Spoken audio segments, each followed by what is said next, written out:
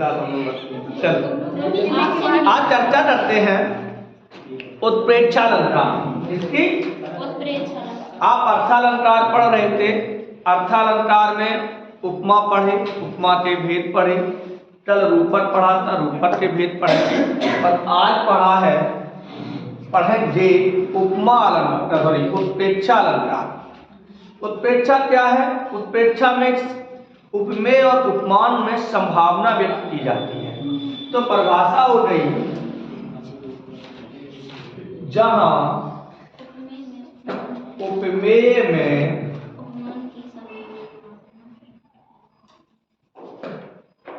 उपमान की संभावना की जाए, जहां उपमेय में उपमान की संभावना की जाए उसे उत्प्रेक्षालंकार कहते हैं। पहचानने के लिए लोग बता देते हैं कि इसे जन जानो मन मानहु तानहु, या नहु मन मानहु ज्यों आदि शब्दों से भी पहचान सकते हैं। अब एक चीज ध्यान रखना, कोई जरूरी नहीं है कि जन जानो मन मानो ज्यों। बहुत से उदाहरण ऐसे हैं जिनमें ये भी शब्द आते हैं और उत्प्रेक्षालंकार नहीं होता। समझ में आया? तो सीधी सी परिभाषा है, जहां उपमेय में उपमान की संभावना प्रकट की जाए, अर्थात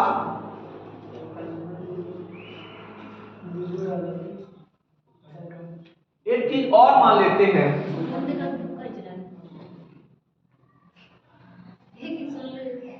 जहां एक वस्तु या व्यक्ति, कोष्ठक में प्राणी, जहां एक वस्तु व्यक्ति को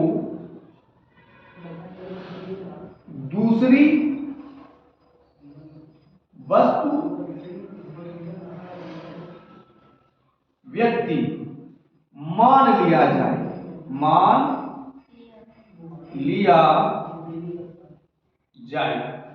उसे हम उत्प्रेक्षालंकार कहते हैं।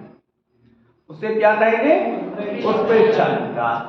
मतलब कोई वस्तु है, उसको हम हूबहू वही वस्तु मान लें, हो ना वो वस्तु, लेकिन वो वस्तु हम मान लेते हैं, तो उसे हम उत्प्रेक्षालंकार कहते हैं। जैसे नयन मानो कमल है, नयन मानो कमल है। तो यहां देखिए, नयन को क्या मान लिया? कमल मान लिया। तो क्या नयन कमल है?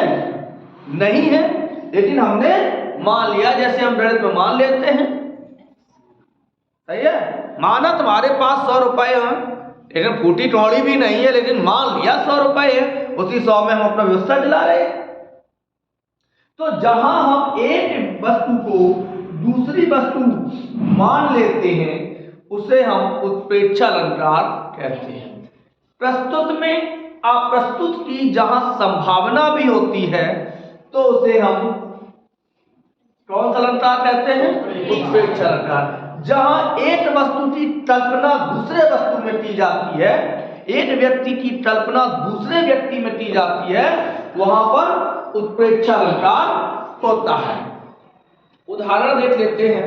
एक बहुत पुराना उदाहरण आता था, चाय पीते चले। चाय मानो शरबत है, चाय मानो शरबत है। अब चाय को क्या मान लिया? संभावना हो गई कि ठंडी हो रही तो मानना शरबत है। चलो आगे देख लेते हैं।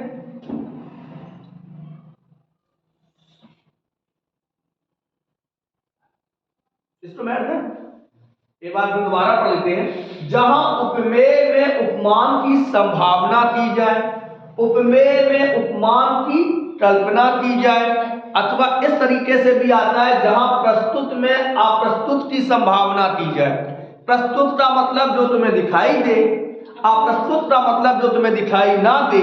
हम जब दिखाई देने वाली वस्तु को ना दिखाई देने वाली वस्तु से मान लेते हैं तो उसे हम, अच्छा जब आग लगत है या कहीं पे होली जलती है तो हम लोग, या किसी की होली जल रही है तो आदमी कहता है जब चिता जला तो ऐसी जलत है, और ये ऐसे लगी मानो होली जल रही हुई, ये क्या कहते हैं? तो हमने आग को क्या मान लिया?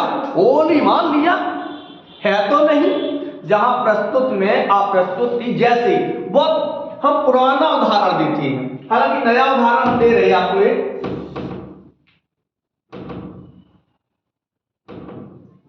एक नया उदाहरण देते हैं, छोटा सा है, छोटा सा है और अच्छा सा है। अंबर में, अंबर में तारे, अंबर में क्या है? तारे। चाय पीते चले भाई, चाय में चाय, अंबर में तारे। अब आकाश में तारे ही मिलेंगे, लेकिन कभी कल्पना है कि अंबर में तारे मानो मोती अनगण है। अनगण का मतलब अगिनत। अच्छा एक चीज मानो कि तारे हमारे सामने प्रस्तुत हैं, तारे हमें दिखाई दे रहे हैं, मोती तो सामने नहीं है, तो मोती अप्रस्तुत है।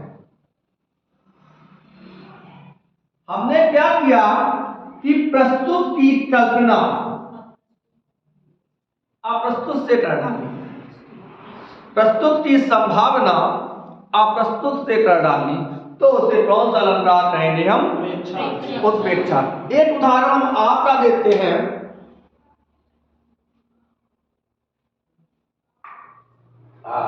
अब डिस्टर्ब नहीं हुई है, चाहे पूरी तरीके से बैठिए। एक उदाहरण आपका देते हैं जो आपने बहुत दिनों से पढ़ा होगा। सोहत ओढ़े पीत पट, सोहत ओढ़े पीत पट, श्याम सलोने गात। अच्छा गात इसका पर्यायवाची है, शरीर का गात है, बपू है, शरीर का पर्यायवाची है। सोवत ओढ़े पीत पट, श्याम सलोने गात, मनहु मनहु नील मणि सैल पर आतप, आतप पर्यो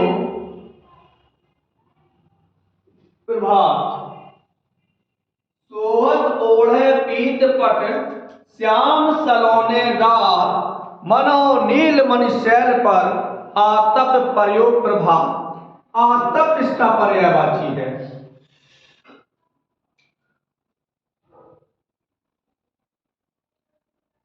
आतप इसका पर्यायवाची है,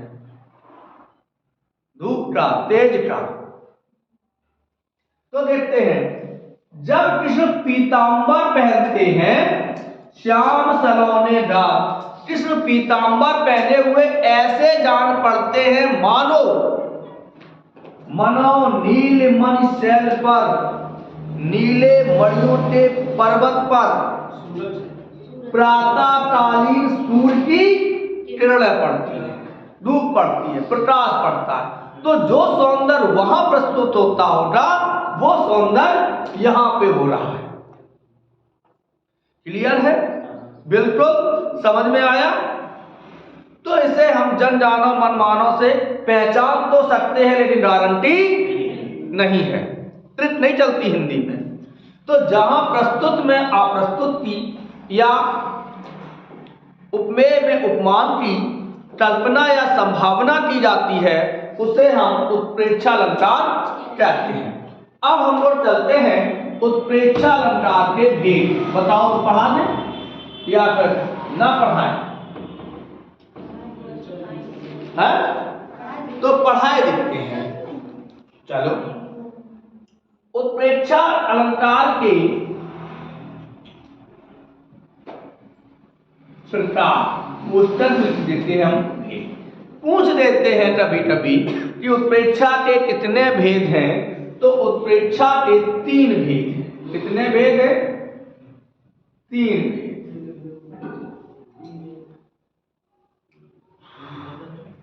नंबर 1, वस्तु उत्प्रेक्षा। वस्तु प्रेक्षा अलंकार। वस्तु प्रेक्षा, उत्प्रेक्षा सीधा, वस्तु उत्प्रेक्षा। पुस्तक में दी संधि हो जाएगी तो हो जाएगी वस्तु प्रेक्षा। उ और उ मिलके बड़ा उ हो गया, तो उसे वस्तु उत्प्रेक्षा कहते हैं। दूसरा होता है फलोत्प्रेक्षा, फलगण उत्प्रेक्षा। फल धन फल उत्प्रेक्षा। उल्टो उल्टो तो लिखा है, मास्टर तो सब ही नहीं। तीसरो हेतु उत्प्रेक्षा।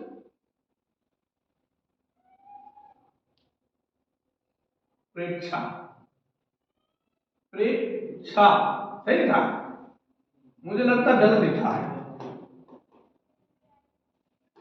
हेतु प्रेक्षा। चलो आगे देख लेते हैं। तो सबसे पहले बात करते हैं वस्तु उत्प्रेक्षा की। ये बैठते तीनों। तो अगर कोई पूछ दे कि उत्प्रेक्षा अलंकार के कितने भेद होते हैं, तो उत्प्रेक्षा अलंकार के 3 भेद होते हैं। कौन कौन से? वस्तु उत्प्रेक्षा। अच्छा, वस्तु उत्प्रेक्षा क्या है? जहां एक वस्तु को दूसरी वस्तु मान लिया जाए।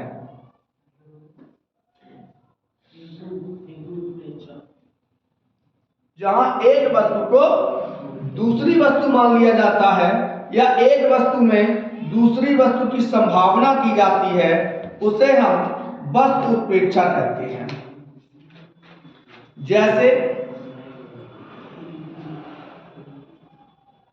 बड़ी देर से दर पे आंख लगी थी, हुजूर आते आते बड़ी देर तक थी। कहाँ रह रहे थे? अच्छा, और ये रहे थे। वही गीत है, मिलने की तुम कोशिश करना है, वादा कभी न करना। चलो भाई, वादा टूट जाता है। बैठ जाओ, इन्हें बैठा लीजिए भैया, नहीं प्रेम से। हाँ, आइए आइए। आप आए तो बाहर आई। हाँ, ये तो है। चलो, बाहर आने तक और बाहर से जाने तक आप इंतजार रहेगा है। चलो आगे बढ़ते हैं। तो जहां अब इसको बेटे दे रहे हम, सबसे पहले हम वस्तु उत्प्रेक्षा पर चर्चा करते हैं। वस्तु यानी कि जहां एक वस्तु को दूसरी वस्तु मान लिया जाता है। एक वस्तु को दूसरी वस्तु मान लिया जाता। अच्छा एक चीज बताओ, कल हमने एक अलंकार बताया था, तद्रुप अलंकार, तद्रुप रूपक बताया था, उसमें भी ऐसी है, लेकिन वहां पर दोनों अलग होते हैं, माना नहीं जाता है, एक होते हैं, थोड़ा सा अंतर है। तो यहां क्या है, एक वस्तु को दूसरी, एक वस्तु की संभावना दूसरे वस्तु में की जाती है, उसे हम वस्तु उपेक्षा कहते हैं। जैसे हरिमुख, हरिमुख मानो मधुरमयन, मधुरमयन,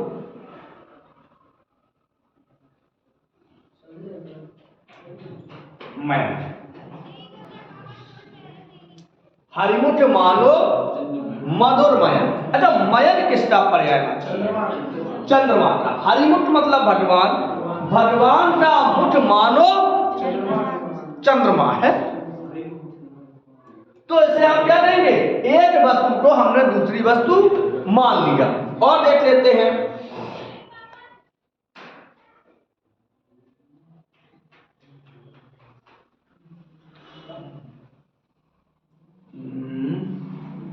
शशि, शरद शशि बरसत, शरद शशि, शरद शशि बरसत मनो, शरद शशि बरसत मनो, घन घनसा अनंत, घन घनसा घनसा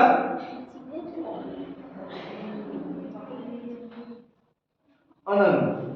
आहा सजी आ गए, वाह, अमन, घनसार अमन।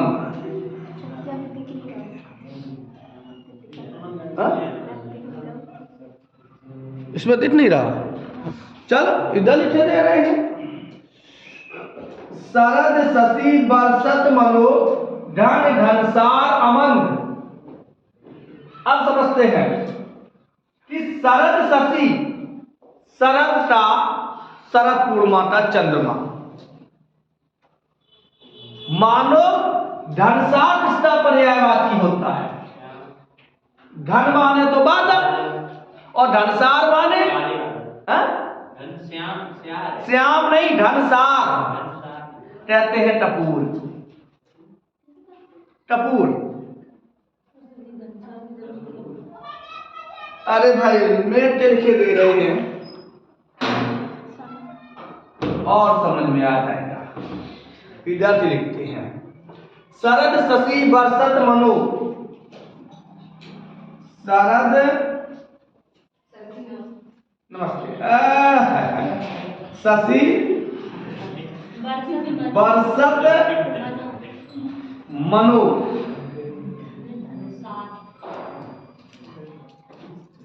घन घनसार अमंद। काहे से आई थी? ट्रेन मिल गई थी? अच्छा पापड़ लेके ना, अच्छा हम समझे ठलिया लेके जान पड़ा कि यार पापड़ है तो हमने दरवाजा देकर रहिया। चल, तो एक वस्तु का दूसरे वस्तु में, शरद पूर्णिमा की, चंद्रमा की चांदनी को शीतल होती है, शीतल होती है, पवन पान घनसार, और ये पवन, शीतल पवन, ये भी ठंडक होती है, चंद्रमा भी ठंडा होता है, और कपूर भी ठंडा होता है, पान भी ठंडा होता है, गुलाब भी ठंडा होता है। तो यहां पर घन घनसार अमन, कपूर जैसा ठंडा है, नहीं शीतल, शरद ऋतु में ही तो खीर को खीर रखी जाती है, तो कपूर जैसा ठंडा हो गया, मतलब बहुत ज्यादा सर्दी नहीं। तो एक वस्तु को दूसरी वस्तु जब मान लेते हैं तो उसे वस्तु उपेक्षा कहते हैं। अब आता है फलोत्प्रेक्षा। फलोत्प्रेक्षा क्या है, चलो इसको देख लेते हैं।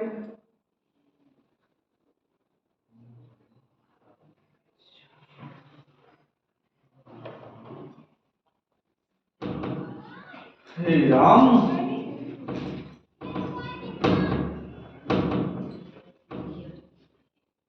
अब बत्या बनना है फलोत्प्रेक्षा।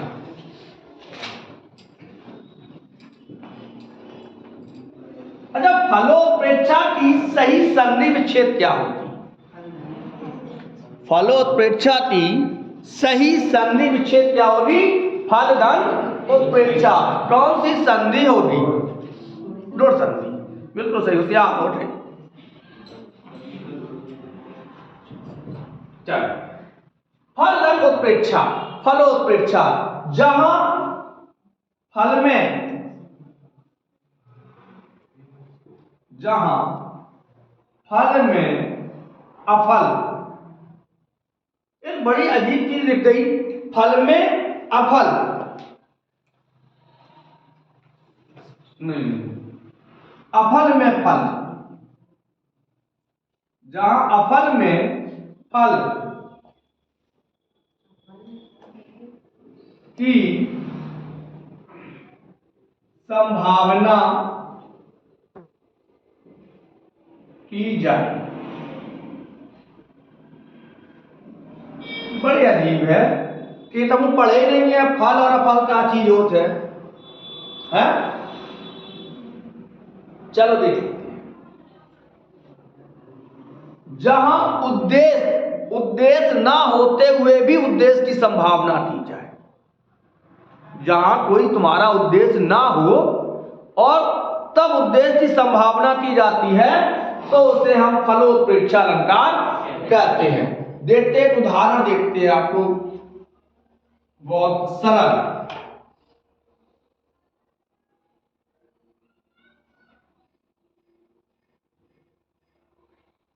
तब अच्छा, तब शब्द होता है कि तब होता है? तो मुठ समता लहन को, तो मुठ समता लहन को रोज लहन को जल सेवत जल जा, लहन को जल सेवत जल जा, तो मुझ क्षमता लहन को जल सेवत जल जा। अब यहां देखिए, क्या जल किसी के मुट्ठी समानता कर सकता है? बताओ। फिर तभी ये कह रहा है कि मानो वह मुट्ठी समानता प्राप्त करने के लिए जल जात किसका पर्यायवाची है? कमल का। जल जात किसका पर्यायवाची है? कमल का।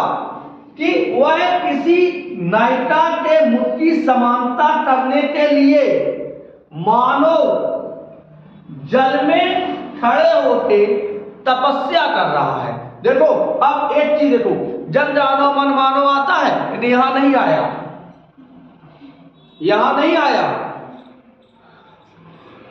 तव मुठ समता लहन को जल सेवत जल जात। एक कमल तो साधारण से पानी में खड़ा होता है, लेकिन वो कहता है कभी कि किसी नायिका के मुट्ठी समानता करने के लिए, किसी मुट्ठी के तरह बनने के लिए मानो कमल जल में खड़ा होकर तपस्या कर रहा है। तो बिना उद्देश्य से भी उसको उद्देश्य की पूर्ति बनाई जा रही है, तो उसे क्या कहेंगे हम? फलोत्प्रेक्षा। और देख लेते हैं,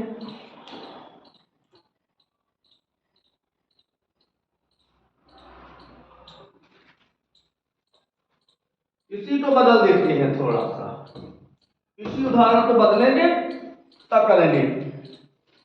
तो पद समता को कमल, तो पद समता को कमल, जल सेवक इट पाँव, जल सेवक इट पाँव। अब यहां क्या है, पाँव ना कहते पाए करें तो सही है, समझ में आ जाएगा। पाँव कि कमल जो एक पाँव पर खड़ा है वो किसी नायिका के पैरों की समानता करने के लिए खड़ा है कि हम जल में इस प्रकार से तपस्या, एक जल में एक पैर पे खड़े होकर तपस्या करता है कि हम किसी के पद की समानता, किसी के पैरों के समान हो जाए। हरिपद कोमल कमल सी, हरिपद कोमल है, और मुट्ठी समता चंद्रमा के। लेकिन वहां कहते हैं एक नायिका का उदाहरण देते हैं जो चंद्रमा के समान होता है, मुठ मानो मुठ चंद्रमा है, सिया मुठ की समता। तो ये फलोपेक्षा होता है, जहां फल में यानी कि अफल में फल उद्देश्य फल ना होते हुए, कोई कार्य ना होते हुए भी किसी उपकार के लिए हम कोई, अब यहां कोई कार्य है नहीं है कमल तो, यहां कमल खड़ा। अब आता है हेतु इच्छा।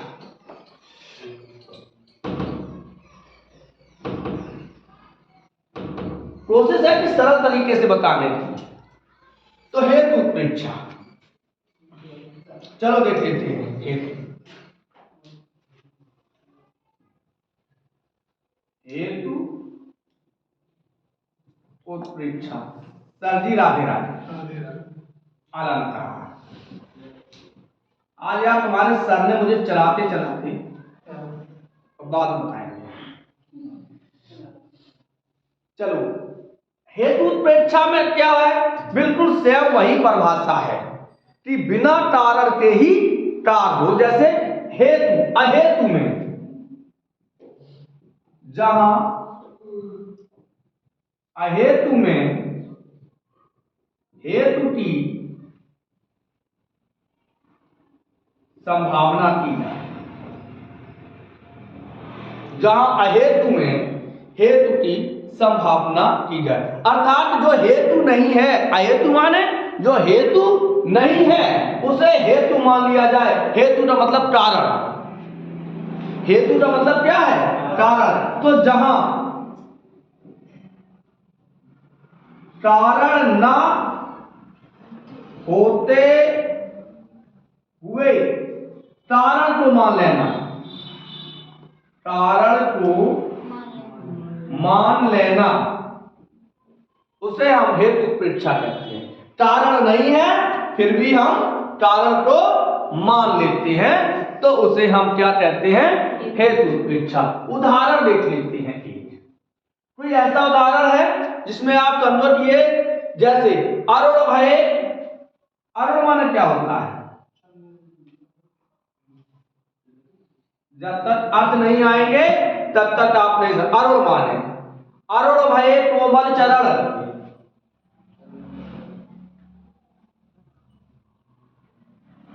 अरुण भय कोमल चरण भुव चलवे तय भानु, भूवि चलवे तय भानु। चलो भाई देखते हैं इसको। अरुण भय कोमल, अरुण माने होता है लाल, अरुण माने क्या होता है, अरुण जिसका पर्यायवाची है लाल। यहां चरण लाल क्यों हो गई, भूमि चलने पर, पृथ्वी पर चले इसलिए वो लाल हो गई, पृथ्वी पर चले इसलिए वो लाल हो गई। अब यहां पर पृथ्वी पर तो चलना है, क्योंकि पृथ्वी पर चलने से किसी के पैर लाल नहीं होते, तो कारण ना होते हुए भी कारण बताया गया है, तो उसे हम आगे देख लेते हैं।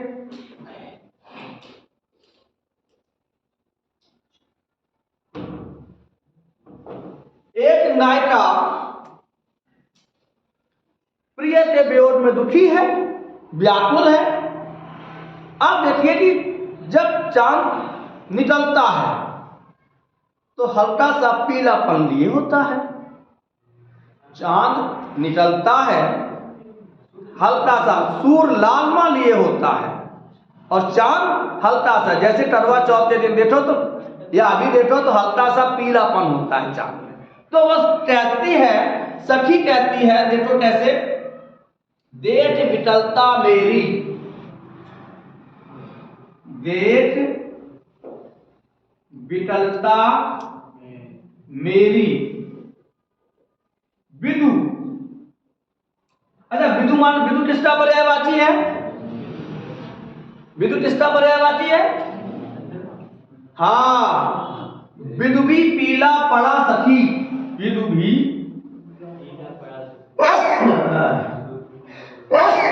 भाई जय हो, भाई जय ऐसी हो।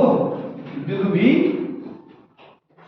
पीला पड़ा सखी तू देख,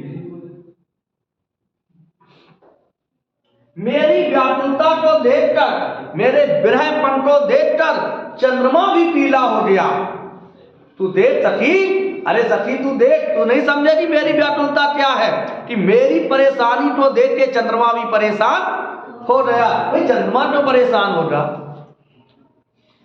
चंद्रमा का तो स्वभाव है निकलेगा और डूबेगा। तो यहां पर कारण ना होते हुए भी कारण बताना पड़ा, कारण बन गया, इसलिए यहां कौन सा अलंकार है? हेतु, हेतु इच्छा। और देख लेते हैं,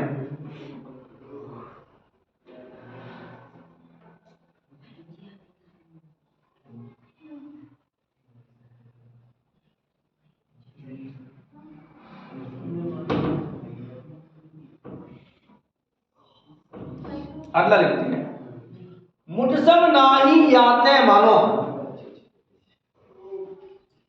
मुझसम नाही याते मनो,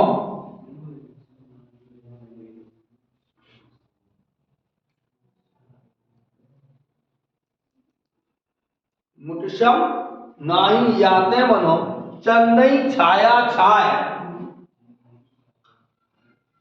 चंदही छाया छाया। चलो देख लेते हैं कि चंद्रमा छाया में जाके छुप गया, यानी अमावस के दिन छुप गया। भैया अमावस के दिन चाहे चंद्रमा छुपी है, अमावस के दिन चांद निकलता ही नहीं है, लेकिन कभी की कल्पना है कि चंद्रमा इसलिए छुप गया कि वह किसी नायिका के मुख की समानता नहीं कर सकता। अब सुंदर हो या रूप हो उसका मतलब नहीं है, कल्पना है कभी की कि अमावस के दिन चांद इसलिए नहीं आया, चंदई छाया छाया इसलिए छुप गया कि उसमें किसी नायिका के मुख की समानता करने की क्षमता नहीं है। तो कारण नहीं है, लेकिन कारण बताया गया, तो इसे हम उत्प्रेक्षा अलंकार कहते हैं। तो आज हमने उत्प्रेक्षा अलंकार पढ़ा। उत्प्रेक्षा अलंकार जहां किसी व्यक्ति वस्तु पदार्थ की कल्पना की जाए, अप्रस्तुत में प्रस्तुत की, प्रस्तुत की अप्रस्तुत में कल्पना की जाए, उपमेय में उपमान की संभावना की जाए, तो वहां उत्प्रेक्षा अलंकार होता है। जैसे शोभा तोड़े पीत पर श्याम सलोने गात, मनो नीलमन शैल पर आता प्रयोग प्रभाव। सही। इसके बाद उत्प्रेक्षा अलंकार के तीन भेद बताए, फलोत्प्रेक्षा, वस्तुत्प्रेक्षा और हेतुत्प्रेक्षा। कल हम लोग चलेंगे भ्रांतिमान और संदेही। समय हो तो अभी पढ़ा दें और नहीं कल पढ़ेंगे। भ्रांतिमान और संदेही दोनों एक साथ पढ़ने के, तभी वो समझ में आएंगे। चलो, तब तक के लिए राधे राधे। जी सर।